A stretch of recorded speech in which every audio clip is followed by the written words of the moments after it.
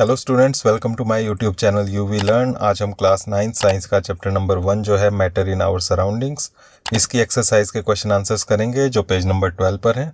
और ये क्वेश्चंस भी हर बार की तरह बिल्कुल शॉर्ट एंड ईजी रहने वाले हैं, तो इस वीडियो का एंड तक ज़रूर देखें, अच्छे से नोट करें और लर्न करें। चलिए शुरू करते हैं क्वेश्चंस। फर्स्ट क्वेश्चन है, convert the following temperatures to Celsius scale. तो यहाँ टेम्परेचर दिए हुए हैं, उनको सेल्सियस स्केल में कन्वर्ट करना है। 293 केल्विन, 470 केल्विन। तो हमने पहले भी बात की थी पिछली वीडियो में कि केल्विन जो है बड़ा होता है सेल्सियस से, और कितना ज़्यादा होता है 273 डिग्री। तो इसलिए हमें इनको सेल्सियस में जब कन्वर्ट करना है तो इसमें से 273 डिग्री लेस कर देंगे। तो आंसर में आप देंगे ए पार्ट में 293 minus 273 which is equal to 20 degree Celsius. इसी तरह से 470 केल्विन को भी करना है। 470 माइनस 273 बनेगा 197 डिग्री सेल्सियस। नेक्स्ट क्वेश्चन है, convert the following temperatures to kelvin scale. अब केल्विन में कन्वर्ट करना है सेल्सियस से। 25 डिग्री सेल्सियस, 373 डिग्री सेल्सियस। तो सेल्सियस छोटा है, केल्विन बड़ा बनाना है, तो इस बार हम ऐड करेंगे कितना, वही 273। तो आंसर बनेगा फर्स्ट का 25 plus 273 which is equal to 298 kelvin, and B part 373 degree Celsius plus 273 and that is equal to 646 kelvin. इसके बाद नेक्स्ट क्वेश्चन है, give reason for the following observations. तो इन ऑब्जर्वेशंस के लिए आपको रीजन देना है। फर्स्ट है, naphthalene balls disappear with time without leaving any solid. Naphthalene balls, जिसे हम फिनाइल की गोलियां भी कहते हैं, आप बक्से में, बेड बॉक्स में जब कपड़े रखते हैं, अलमीरा में कपड़े रखते हैं, तो उसके अंदर वो फिनाइल की गोलियां डालते हैं, वाइट वाइट सी होती हैं। तो वो बड़ी होती हैं साइज में, लेकिन धीरे धीरे वो छोटी होती जाती हैं। काफ़ी टाइम बाद अगर आप देखें तो वो धीरे धीरे छोटी होती जाती हैं और गायब हो जाती हैं बिना कोई सॉलिड छोड़े। तो इसका क्या रीज़न है? आंसर आप देंगे, naphthalene balls disappear because they change directly from solid to gas which is called sublimation. तो नेप्थलीन बॉल्स जो हैं ये डिसअपियर इस वजह से हो जाती हैं क्योंकि वो डायरेक्ट सॉलिड से गैस में कन्वर्ट होती हैं।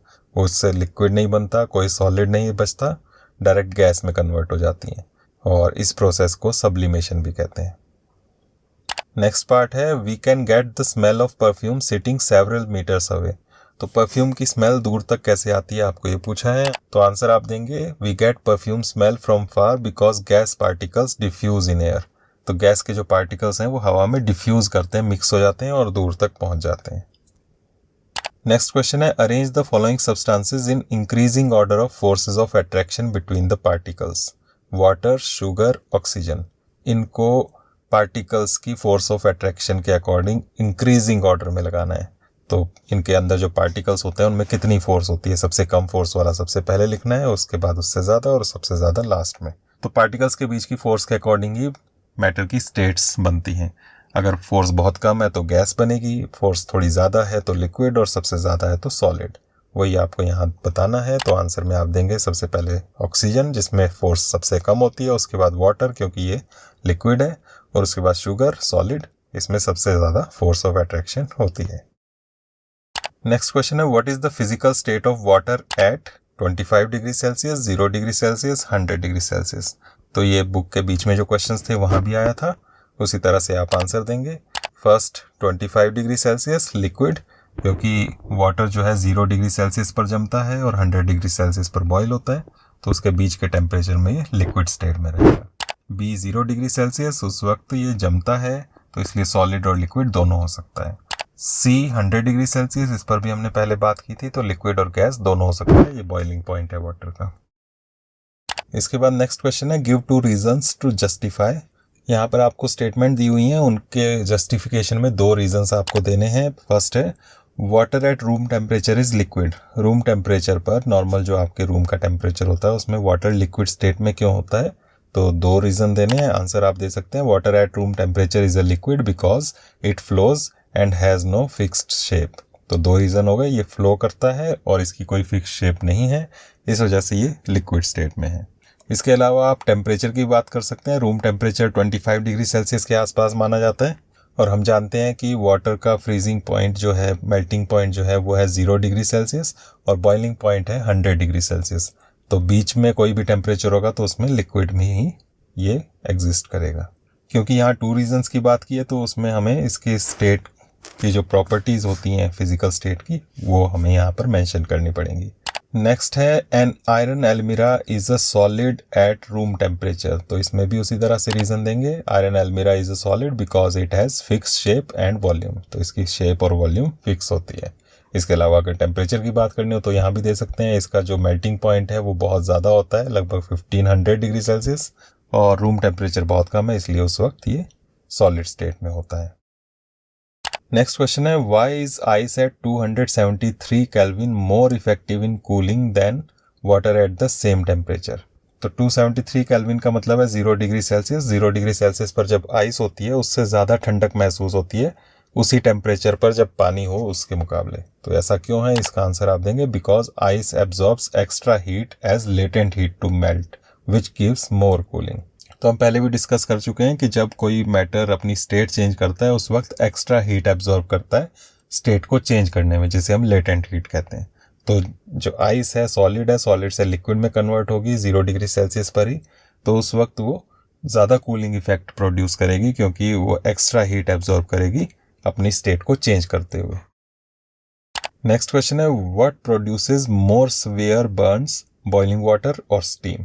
तो किससे ज़्यादा बर्न महसूस होता है, किससे ज़्यादा जलन होगी, किससे ज़्यादा जलेगा, बॉइलिंग वाटर से या स्टीम से। तो यहाँ भी वही लेटेंट हीट का खेल है। आंसर आप देंगे steam because it has extra energy, latent heat of vaporisation. तो स्टीम जो है वो बॉयल होकर वाटर से बनी है और उसके अंदर एक्स्ट्रा हीट है जो लेटेंट हीट उसने वेपोराइजेशन के वक्त दी। तो क्योंकि उसमें एक्स्ट्रा हीट है तो इस वजह से उससे ज़्यादा जलन महसूस होगी। टेम्परेचर दोनों का सेम है, ये ध्यान रखना आप यहाँ पर। टेम्परेचर वाटर का और स्टीम का दोनों का 100 डिग्री सेल्सियस होता है, लेकिन जलन ज़्यादा स्टीम से होती है क्योंकि उसके अंदर हीट ज़्यादा है। इसके बाद लास्ट क्वेश्चन है यहाँ पर name A, B, C, D, E and F in the following diagram showing change in its state. तो यहाँ पर ये डायग्राम दिया हुआ है, इसमें A, B, C, D, E, F ये लेबल दिए हुए हैं। इनके नाम बताने हैं यहाँ पर कि मैटर की स्टेट्स जब चेंज हो रही हैं इन्हें क्या कहते हैं।